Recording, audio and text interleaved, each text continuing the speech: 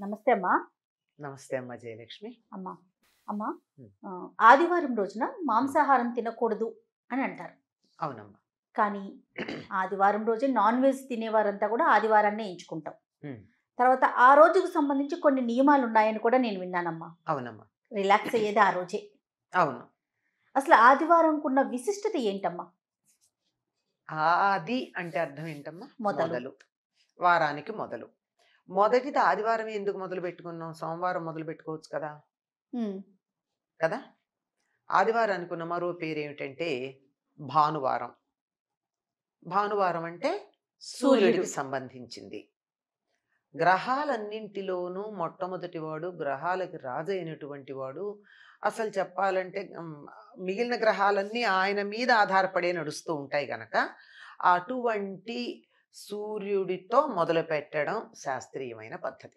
అంతే కదా! ఉమ్, మరి ఏదైనా లెక్క మొదలు పెట్టుకుని లేకపోతే ఒక పట్టీ రాయడం మొదలు పెడితే ముందర మొదటి నుంచి చెప్పుకుంటూ వస్తా. ప్రధానులెవరు, ముఖ్యులెవరు, అలాగే ప్రథమ గణ్యులు అంటాం కదా, మొదట లెక్క అలా వస్తే సూర్యుడు. ఉమ్, సూర్యుడు ఎందుకు ఇవాళ సూర్యుడు అని చెప్పుకుంటున్నాము అంటే మనకి వారాలు ఎట్లా ఏర్పడ్డాయో అని చూస్తే ప్రపంచం యావత్తు కూడా ఇదే లెక్కలో ఉన్నాయి.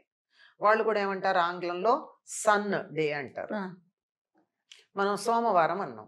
సోమ అంటే చంద్రుడు, సోముడు అంటే చంద్రుడు. వాళ్ళు మూన్ డే, మండే. మండే. అలాగే కదా. ఇంకా మళ్ళీ చివరికి వచ్చినట్టయితే మళ్ళీ అన్నీ అలాగే వచ్చి ఆఖరి వారం ఏమిటి? సాటర్డే. సాటర్డే అంటే సాటర్న్ డే. ఎన్ సైలెంట్ అయింది. ఆ, మనం శనివారం. శనివారము. అంటే ఈ వారాలన్నీ కూడా గ్రహాల మీద ఆధారపడి ఈ వారాలకి పేర్లు వచ్చాయి. అందువల్ల భాష మారింది కానీ వారాల లెక్కలో ఎక్కడా మార్పు రాల. ఉమ్, ఎందుకు అంటే ఎందుకు ఇట్లా వచ్చాయి? అందరూ ఒకటే పెట్టారంటే ఏదో అంతరిక్షంలో Reason, ఉండే ఆ. శాశ్వత సత్యం ఏదో ఉండుంటుంది కదా. ఏమిటంటే సూర్యోదయ సమయంలో ఏ హోర ఉంటే ఆ హోర గ్రహానికి సంబంధించిందైతే ఆ వారానికి ఆ రోజుకి ఆ పేరు పెట్టారు. సూర్యోదయ సమయంలో సూర్య హోర ఉంటుంది గనక ఆనాడు మొదటి 7 రోజులు అనుకుంటే 7లో మొదటి రోజు సూర్యుడికి సంబంధించిన వారం ఉమ్, భానువారం. ఉమ్, అలాగే శని సూర్యోదయ సమయంలో శని హోర ఉన్న రోజు శనివారం. మళ్ళీ పోనీ 8వ వారంలో ఇంకో 8వది పెట్టుకుందామా అంటే మళ్ళీ సూర్యుడు వచ్చేస్తున్నాడు. 8 పెట్టుకోవడానికి వీల్లేదు, అవకాశం. 6 తగ్గించడానికి వీల్లేదు. ప్రకృతిలో జరుగుతున్నటువంటిది, ఖగోళంలో జరుగుతున్నటువంటి సత్యాన్ని తీసుకుని పెట్టిందే తప్ప ఎవరు తయారు చేసింది కాదు. పేర్లు మాత్రమే మనం పెట్టుకున్నాం, జరిగేది ఒకటే. అంటే ఇప్పుడు అర్థమైంది కదా, ఆదివారానికి అధిపతి ఎవరు? సూర్యుడు. ఆరోగ్యం భాస్కరాదిచ్చేత్ అన్నారు. ఆరోగ్యం కావాలంటే ఎవరిని ప్రార్థించాలి? సూర్య సూర్యుడినే భగవానుడు. ప్రార్థించాలి. ఆ సూర్యుడిని ప్రార్థించినటువంటి వాళ్ళు ఆరోగ్యం పొందినట్టుగా మయూర శతకం లాంటివి మనకు కనపడుతూ ఉన్నాయి. రాముడు ఆదిత్యుడిని ప్రార్థించి ఆదిత్య హృదయం అనేటటువంటిది అగస్త్యుల వారి నుండి రాముడు గ్రహించినటువంటిది ఉంది.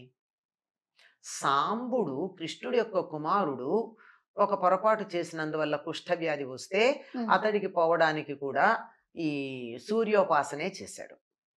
మయూరుడు అనేటటువంటి ఒకానొక కవి, ఆయనకు కూడా ఇలాంటి కుష్ఠవ్యాధి వస్తే సూర్యుడిని ఆరాధిస్తూ ఒక శతకం చెప్పాడు. మయూరుడు దాన్ని భాస్కర శతకం అన్న పేరుతో తెలుగులో కొన్ని అనువాదాలు కూడా వచ్చాయి. అది కొంచెం తేడా ఉందండి. భాస్కరుడు గురించి చెప్పింది వేరు, మయూరుడు రచించిన సూర్య శతకం, దాని పేరే సూర్య శతకం, దీనికి కూడా అనువాదాలు ఉన్నాయి. అది నిజంగా ఇప్పటికి కూడా చాలా మంది తమకు ఏదన్నా అనారోగ్యం గనక ఉన్నట్టయితే ఈ మయూరుడి సూర్య శతకం చదువుతారు సంస్కృతంలో. అలాగే ఆదిత్య హృదయం నిత్యం చదివేటటువంటి వారు అనేక రకాలైన అనారోగ్యాలు రాకుండా, ఏదో సహజంగా వస్తాయి, వయస్సు వస్తే వార్ధకం రాదా, శరీరం వదిలిపెట్టరా, అది కాకుండా వేరే రకాల ఇబ్బందులు రాకుండా ఉంటే తప్పనిసరిగా ఉన్నట్టయితే. ఒకప్పుడు ఆదివారం అంటే సూర్యుడికి ఆరోగ్యానికి ఉన్న సంబంధం చెప్తున్నా. అందువల్ల మనకు ఆరోగ్యం బాగుండాలంటే ఆదివారం నాడు కొన్ని నియమాలు పాటించమని చెప్పారు. అటువంటి వాటిల్లో ఏమిటంటే ఆదివారం నాడు తలంటు పోసుకోకూడదు.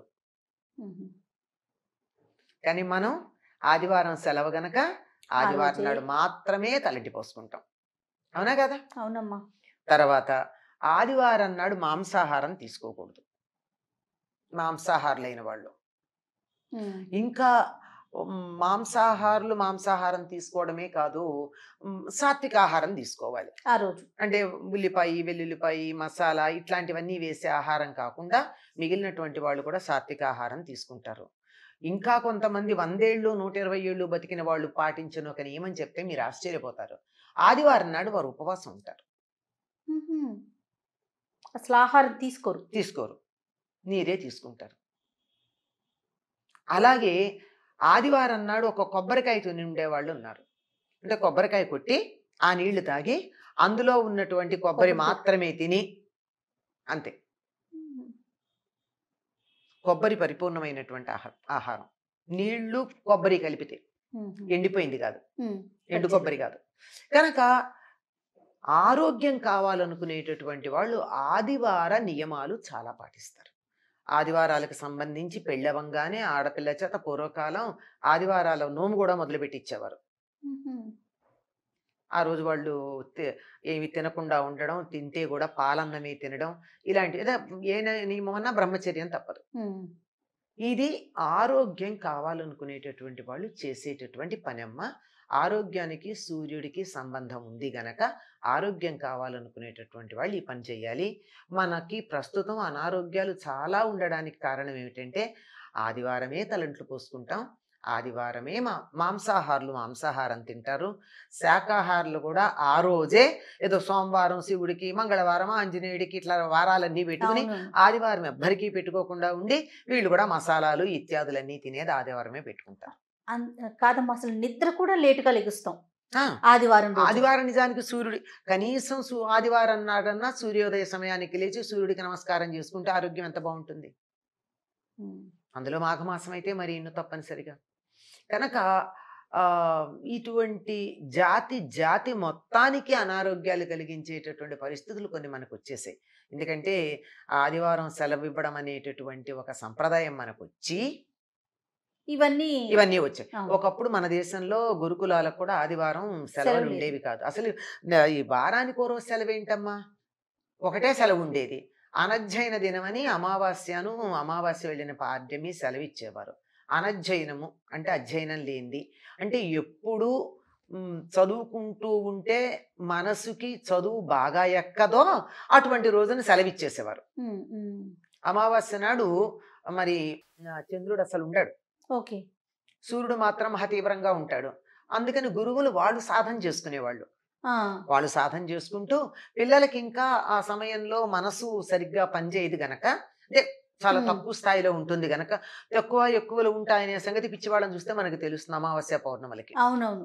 కనుక ఆ ఒక్కరోజే సెలవిచ్చేవారు చదువుకి, మిగిలిన అన్ని రోజులు పనిచేసేవారు. ఆదివారం అన్నం తింటలేదా, మరి ఏ పని మాననప్పుడు చదువు ఎందుకు మానాలి, ఉద్యోగం ఎందుకు మానాలి? కనుక నెలంతా పనిచేసేవారు. ఎవరికి ఎప్పుడు అవసరమైతే అప్పుడు సెలవిచ్చేవారు. ఇప్పుడు వారానికి ఓ రోజు ఇవ్వడం, నాకు ఆదివారం అవసరం లేదమ్మా, నాకు మంగళవారం నాడు ఇంట్లో పని ఉంది, ఆ రోజు సెలవిస్తే బాగుంటుందా, నేను ఆదివారం సెలవిస్తాను మంగళవారం నీ పని మానుకుని రమ్మంటే బాగుంటుందా?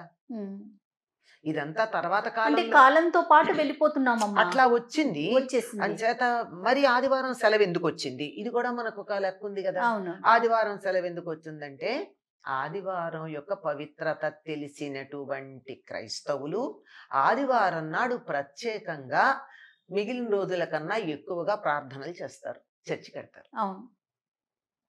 వాళ్ళని చూసన్నా మనం తెలుసుకోవాలి కదా. వాళ్ళు చర్చికి వెళ్ళడం కోసం ఆదివారం సెలవిస్తే మనం ఏం చేయాలి, ఆదివారం నాడు ఎక్కువ పూజ చేసుకోవాలి. అవునా? అవును, అర్థం అదే కదా. అలా ఇవ్వడం మొదలుపెట్టి వాళ్ళు చర్చికి వెళ్ళడం అనేటటువంటి దానికి ప్రాధాన్యం ఇవ్వడం వల్ల వారు తమ సంప్రదాయాలని పద్ధతుల్ని ఎక్కడ మానలేదండి, చూసి నేర్చుకోవాల్సింది అది. ఆదివారం నాడు సూర్యుడు ఆధిపత్యం కలిగి ఉంటాడు గనక, మనలో సూర్యుడు జీవప్రజ్ఞకి నేను అనేటటువంటి భావానికి అధిపతి కనుక, నేను చాలా బాగా పనిచేస్తుంది కనుక ఆదివారం నాడు మరింతగా మనకి నచ్చినటువంటి పని పూజో పునస్కారం అధికంగా చేసుకోవాలి తప్ప వీటికి భిన్నంగా ఉండేటటువంటి భోగాలకి వెళ్ళకూడదు. ఆ రోజు తలంటి భోగం, రుచికరమైన ఆహా. తినకూడని పదార్థాలు తినడం భోగం. భోగం. వివాహితులైనట్టయితే గృహస్థ ధర్మం నిర్వర్తించటం భోగం. కానీ ఆనాడు బ్రహ్మచర్యం పాటించండి. ఇలాంటి నియమాలు ఇంకా చాలా కూడా చెప్పారనుకోండి, ఇవి చాలు మనకి. అవన్నీ మనకి సంబంధించినవి కాదు, మన నిత్య జీవితంలో లేవు. ఓకే. అందువల్ల మనకి ఆరోగ్యం ఉండాలి అని అనుకుంటే ఆదివారం నాడు కొన్ని నియమాలన్నా ఈ పాటించాలి. నియమాల్లో మన కష్టమే లేదు. అవునవును. తెచ్చిపెట్టుకున్నవి గనక వదిలేస్తే పాటించినట్టు అవుతుంది. ప్రత్యేకంగా ఇవాళ్లే మాంసాహారం వండుకు తినడం అనేది కాకుండా ఇంకో రోజు వండుకోండి. ఇవాళ బదులు ఉమ్, తినేవాళ్ళు ఉమ్. ఇవాళ మాంసాహారం తినకండి. తలంట్లు ఇంకో రోజు పోసుకోండి. ఉమ్. అంతే కదా. అంతేనమ్మా. అదే. నమస్తే. నమస్తే. సుమన్ టీవీలో మీ పర్సనల్ అండ్ బిజినెస్ ప్రమోషన్స్ కోసం కింది నెంబర్కి కాంటాక్ట్ చేయండి.